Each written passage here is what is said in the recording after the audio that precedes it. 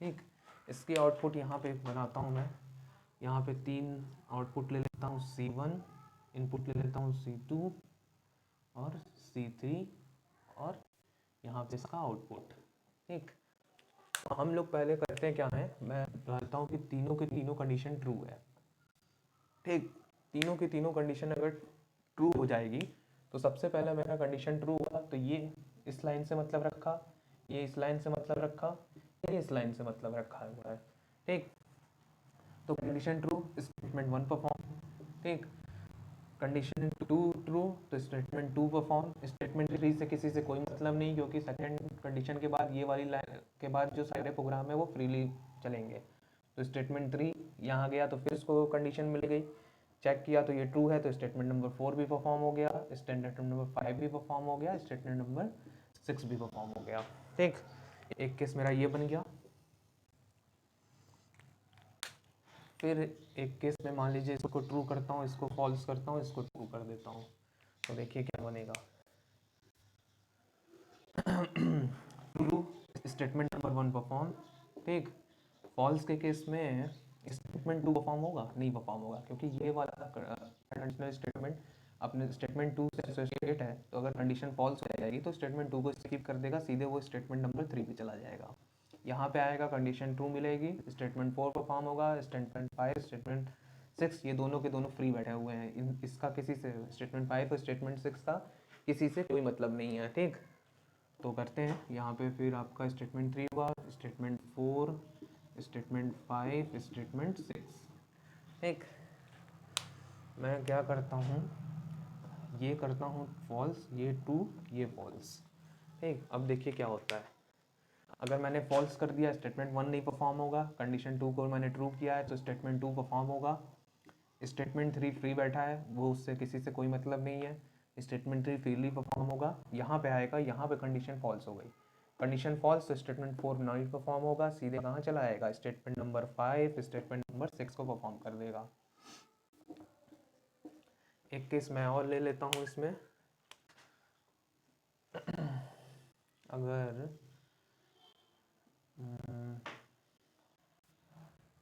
इसको मैं ट्रू ले लेता हूँ, इधर फॉल्स ट्रू ले लेता हूँ। ठीक, तो देखिए क्या होगा,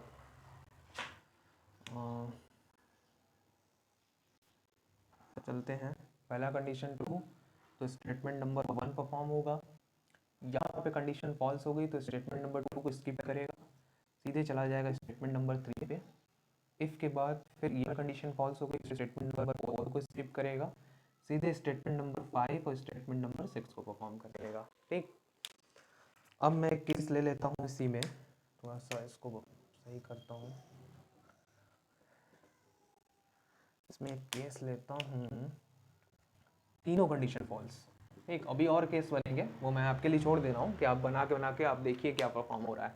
ठीक, तो अगर तीनों कंडीशन फॉल्स हो जाती है तो स्टेटमेंट 1 तो परफॉर्म नहीं होगा, यहाँ पे आएगा, स्टेटमेंट 2 को भी स्किप कर देगा फॉल्स में, सीधे स्टेटमेंट नंबर 3 पे है। ठीक, जैसे यहाँ पे ट्रू के केस में सीधे यहाँ जाएगा, फॉल्स के केस में सीधे यहाँ नेक्स्ट स्टेप में, ट्रू के केस में यहाँ, फॉल्स के केस में यहाँ।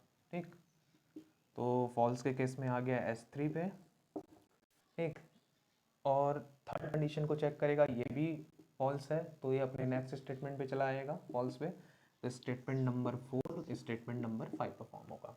ठीक, इसको चार्ट को और इस केस को अच्छे से नोट करिए, अच्छे से समझिएगा। ठीक, ये आपके प्रोग्रामिंग में लॉजिक बिल्ड करने में बहुत हेल्पफुल होगा जब आप इफ एल्स पढ़ेंगे। ठीक, ये कंडीशनल स्टेटमेंट, ये सब कंडीशनल स्टेटमेंट की जान है, अगर ये सब चीज़ें आपको करने आ गई तो आप बहुत इजीली से प्रोग्रामिंग करेंगे।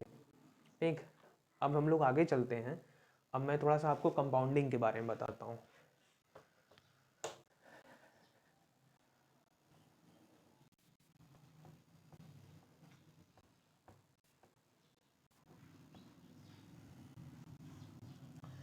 देखिए, जैसे अभी मैंने बोला कि इफ स्टेटमेंट जो है अपने ठीक नीचे वाले लाइन से मतलब रखता है। ठीक, ये यानी कि अगर आपकी कंडीशन ट्रू हुई तो एक लाइन परफॉर्म करेगी जो उसके ठीक नीचे लिखेगी।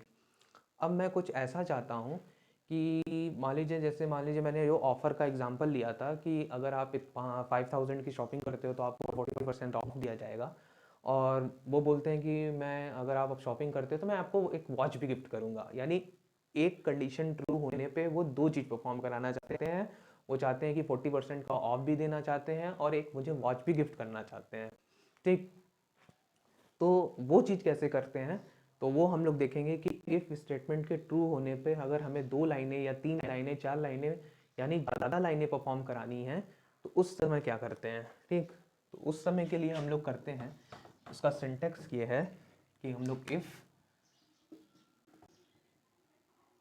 कंडीशन कंडीशन लेते हैं, फिर यहाँ पे कर्ली ब्रेसेस ओपन करते हैं। ठीक, मेरे क्लोजिंग कर्ली ब्रेसेस पे नहीं जाइएगा, मेरे से बनता नहीं है। ठीक, तो अगर आपने यहाँ पे दो स्टेटमेंट लिख दिए, स्टेटमेंट नंबर 1 और स्टेटमेंट नंबर 2, ठीक, और मेरी कंडीशन अगर ट्रू होती है, ठीक, तो ये दोनों कंडीशन अगर ट्रू होती है तो ये दोनों चीज़ें परफॉर्म होंगी, स्टेटमेंट नंबर 1 स्टेटमेंट नंबर 2। क्यों? क्योंकि मैंने इन्हें कर्ली ब्रेसेस में डाला है। इसको बोलते हैं कंपाउंडिंग करना। ठीक, जब आपको इफ के केस में एक या एक से दो ज़्यादा चीज़ें परफॉर्म करानी है कंडीशन के ट्रू होने पे, तब आप ये दो चीज़ें लिखेंगे, ओपन ब्रेसेस कर्ली ब्रेसेस, ओ सॉरी कर्ली ब्रेसेस लिखेंगे। ठीक, तो हम लोग चलते हैं, इसमें भी केस पढ़ते हैं। ठीक,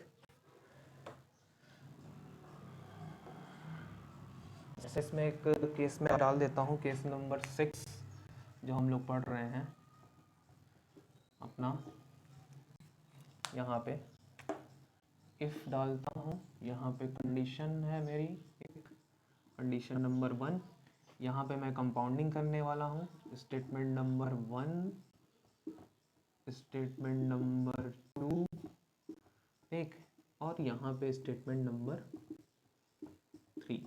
ठीक, अब जो मैंने बोला कि if अपने ठीक नीचे वाले लाइन से मतलब लगता है, अब जैसे ही आपने कंपाउंडिंग कर दी तो इफ स्टेटमेंट इसको एज अ 1 लाइन ट्रीट करने लगता है। यानी ये जो कंपाउंडिंग हुई है यहाँ से लेके यहाँ तक, वो उसके लिए एक लाइन की तरह बन जाती है। ये मैं आपको आपके अंडरस्टैंडिंग के लिए बता रहा हूँ। ठीक, तो अब हम लोग केस पढ़ते हैं कि अगर हमारी कंडीशन ट्रू होती है तो क्या आता है आउटपुट। तो अगर मान लीजिए पहला केस मेरा ट्रू का है तो ट्रू पे हमारा कंट्रोल इसमें जाएगा, कंपाउंडिंग में स्टेटमेंट नंबर 1 परफॉर्म करेगा, स्टेटमेंट नंबर 2 परफॉर्म करेगा, और स्टेटमेंट 3 फ्री फॉर्म में लिखा हुआ है, उससे कंडीशन से कोई मतलब नहीं है, तो स्टेटमेंट नंबर 3 को परफॉर्म कर देगा। ठीक, फिर हम लोग चलते हैं, देखते हैं कंडीशन फॉल्स होने पे क्या होता है। तो कंडीशन अगर फॉल्स हो जाएगी तो वो इस कंपाउंडिंग में एंट्री ही नहीं लेगा। ठीक, वो कंपाउंडिंग को, पूरी कंपाउंडिंग को छोड़कर वो सीधे नेक्स्ट कंपाउंडिंग के बाद जो नेक्स्ट लाइन लिखी होगी वो वहां पहुंच जाएगा, यानी स्टेटमेंट नंबर 3 पे पहुंच जाएगा। ठीक, तो हम लोग नेक्स्ट केस पे चलते हैं। इसी में मैं एक नेक्स्ट केस भी बना देता हूँ, इसी को थोड़ा सा मैनेज करते हैं।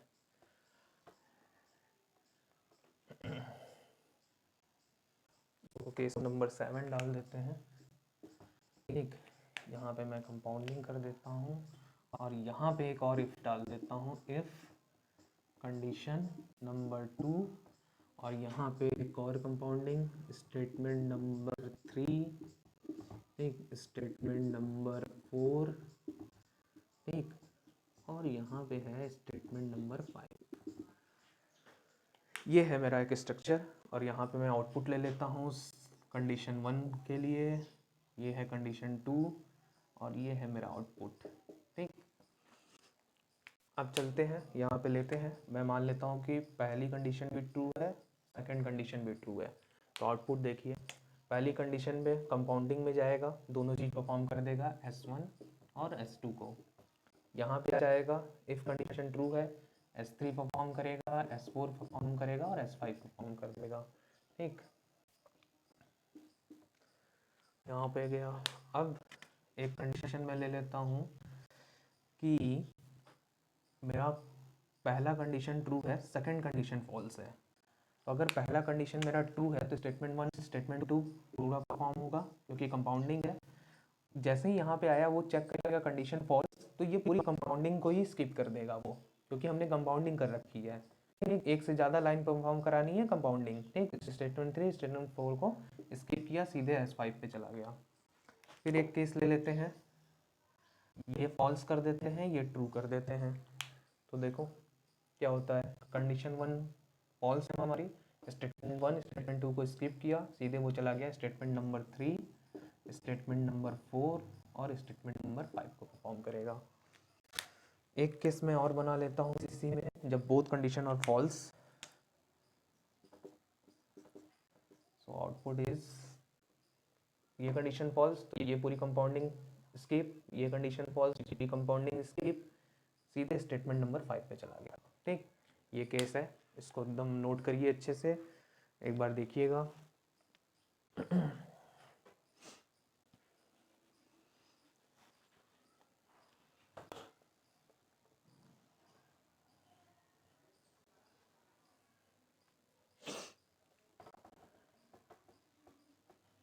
और मैं एक दे देता हूँ केस बना के, जो आपको अपने से ट्राई करिएगा। केस नंबर 1 इसी एज अ होमवर्क इसको रख लीजिएगा। इफ कंडीशनल स्टेटमेंट नंबर 1, ठीक, S1 S2 S3, ठीक, और इफ नहीं, ये मैं करा देता हूँ, condition number 2 S4 S5 S6, एक ये है, इसको मैं करा देता हूँ। ठीक, तो देखिए अगर C1 मेरा ये है, C2 ये है और आउटपुट ये है, तो क्या होता है, अगर कंडीशन मेरी ट्रू हो गई तो क्या होगा, पहली condition true, second condition true. तो अगर पहली कंडीशन ट्रू है तो S1 S2 S3 S4 S5 S6, ठीक। सेकंड कंडीशन चेक करते हैं, अगर पहली कंडीशन मेरी ट्रू है, सेकंड कंडीशन फॉल्स है, ठीक। तो अगर पहली कंडीशन ट्रू है तो इसको अपने ठीक नीचे वाले लाइन से ही मतलब है, तो S1 S2 और S3 एकदम फ्री फॉर्म में है। ये जब आएगा तो ये अगर फॉल्स हो जाएगा तो पूरी कंपाउंडिंग को ही स्किप कर देगा, तो ये S6 पे चला जाएगा। ठीक, फिर एक केस ले लेते हैं फॉल्स एंड ट्रू का। तो कंडीशन मेरी फॉल्स, तो S1 को परफॉर्म करेगा, नहीं परफॉर्म करेगा, S2 और S3 पे चला जाएगा।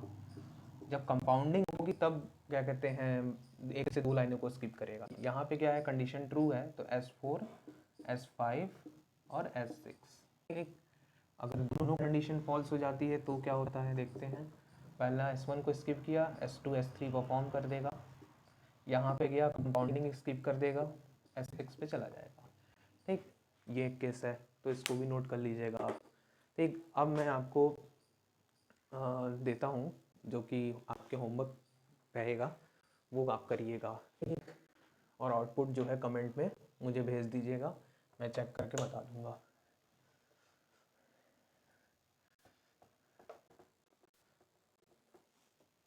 ये केस 9 इसको बना देता हूँ मैं।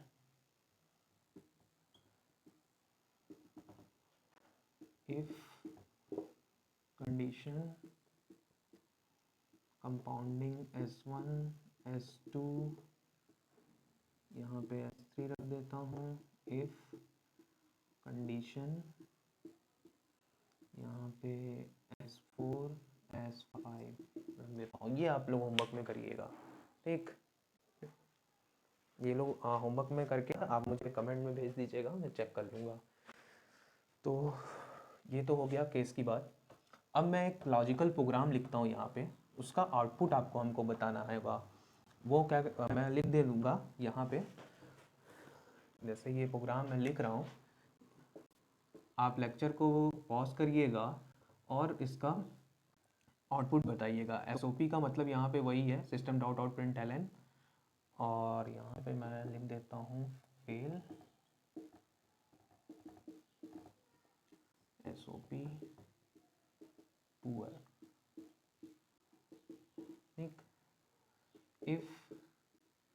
is greater than 40, SOP pass, SOP good। ठीक, अब आपको इसका प्रोग्राम का आउटपुट बताना है। अभी आप मेरे प्रोग्राम का कॉपी मत कीजिएगा, मैं केस लिख रहा हूँ यहाँ पे। आप पहले केस को अपने हिसाब से रन करा के आउटपुट लिखिएगा, फिर मेरे से मिलाइएगा। ठीक, जैसे मान लीजिए मैं p इक्वल टू 35 ले रहा हूँ, यहाँ पे एक केस है। ठीक, तो अगर p इक्वल टू 35 ले लिया तो ये कंडीशन ट्रू हो गई, 35 इज लेस देन 40, तो यहाँ पे जाएगा अपने ठीक नीचे वाले लाइन से मतलब है इसको। ठीक, तो फेल परफॉर्म करेगा। ठीक, फिर पुअर दे देगा, फिर यहाँ पे आएगा तो condition false, 35 is not greater than 40, condition false हो गई, सीधे इस स्टेटमेंट को स्किप कर देगा। ठीक, कहाँ चला आएगा, सीधे फॉल्स के केस में इस पे चला आएगा। ठीक, यानी गुड भी प्रिंट कर देगा। एक केस मान लीजिए मैंने ले लिया p इक्वल टू 65 पे क्या परफॉर्म करेगा, देखिए 65 is greater than 40, 65 is less than 40, no, condition false, तो पहले वाले स्टेटमेंट को ये क्या करेगा, स्किप कर देगा, क्या प्रिंट कर देगा, पुअर। फिर यहाँ आएगा 65 is greater than 40, condition true, तो पास पे चला जाएगा, और गुड तो फ्री फॉर्म में लिखा हुआ है, उससे किसी से कोई मतलब नहीं है। इस लाइन को और इस लाइन को अपने ऊपर वाले इफ से कोई मतलब नहीं है। अगर मैं एक केस ले लेता हूँ यहाँ पे 40, ये बहुत मज़ेदार केस है। 40 के केस में देखिए क्या होगा। ठीक, यहाँ पे चेक करेगा 40 is less than 40, condition false, condition false हो गई तो सीधे क्या करेगा, पुअर पे प्रिंट कर देगा, पुअर प्रिंट करेगा। ठीक, यहाँ पे चेक किया 40 is greater than 40, no, condition फिर फॉल्स हो गई, तो अब ये प्रिंट कर देगा क्या, गुड। ठीक, तो ये आपका जो पूरा इफ स्टेटमेंट था उसका मैंने एक स्ट्रक्चर बना के दिया है कि आपके प्रोग्राम में इफ स्टेटमेंट कैसे काम करता है। ठीक, अब नेक्स्ट लेक्चर में मैं 2-3 क्वेश्चन लॉजिकल इफ के ऊपर क्वेश्चन करा दूंगा, जिससे थोड़ा सा और आपको सिंटैक्स का आइडिया हो जाएगा। पर कंट्रोलिंग का इफ का आपके लेवल पे बस इतना इनफ है।